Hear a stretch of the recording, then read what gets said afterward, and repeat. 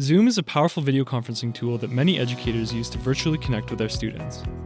In this video, we're going to walk you through how to set up Zoom for your virtual classroom.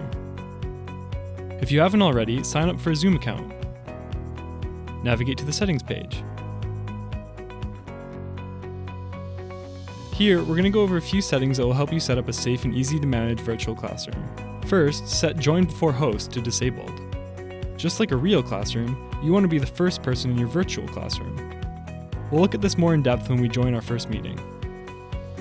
The Require a Password when scheduling new meetings setting depends on how you plan on sharing your meeting invite. If you're sharing through Minga, you can leave this off. If you're posting your link in a more public area, then you would turn it on and ensure that your password is privately shared with your intended participants. File transfer is another setting to carefully consider before allowing in your virtual classroom. While file exchange can be an important part of virtual classrooms, it can also lead to security risks. If you don't plan on sharing files frequently during your classroom sessions, or are already using another platform for exchanging files such as Minga, then we recommend you turn this setting off. Set screen sharing to host only. This is a feature that can be a major source of disruption if not properly controlled. Virtual backgrounds allow you to use a custom image as your background. While this can be fun, it can also be distracting or used inappropriately. Turn this one off. Waiting room is the most important setting when ensuring the privacy of your virtual classroom. Proper use of this setting will ensure that no uninvited participants can join.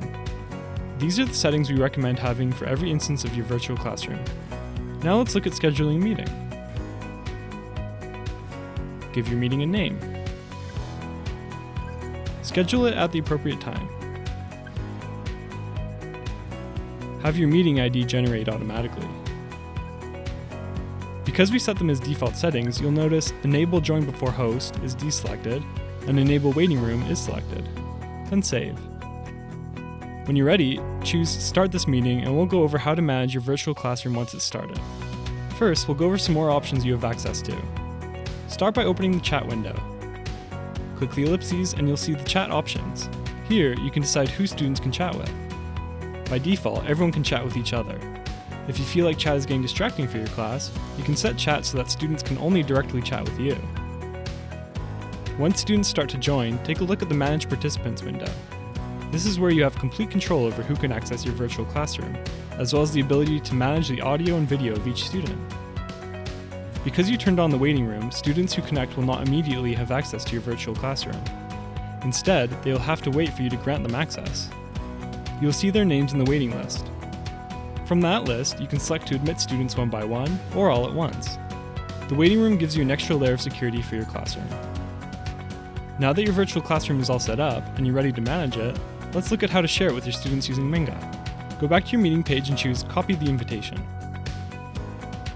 You can now take these meeting details and share them in Minga. If you're in a Minga Lite, you'll click the Add button in your main feed and select Event. For Minga Schools, you probably only want to share your meeting with a single group. To do this, navigate to your group and select Event via the Add button.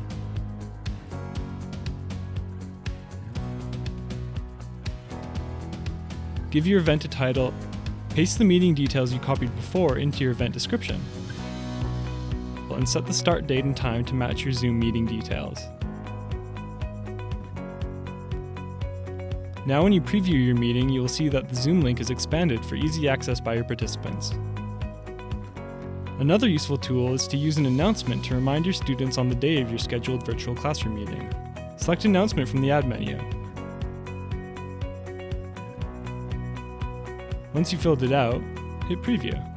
At the bottom of the screen, you'll see Advanced Publish Settings. There, you can set a date and time you would like this reminder to be published. Let's set it to post an hour before our virtual classroom begins.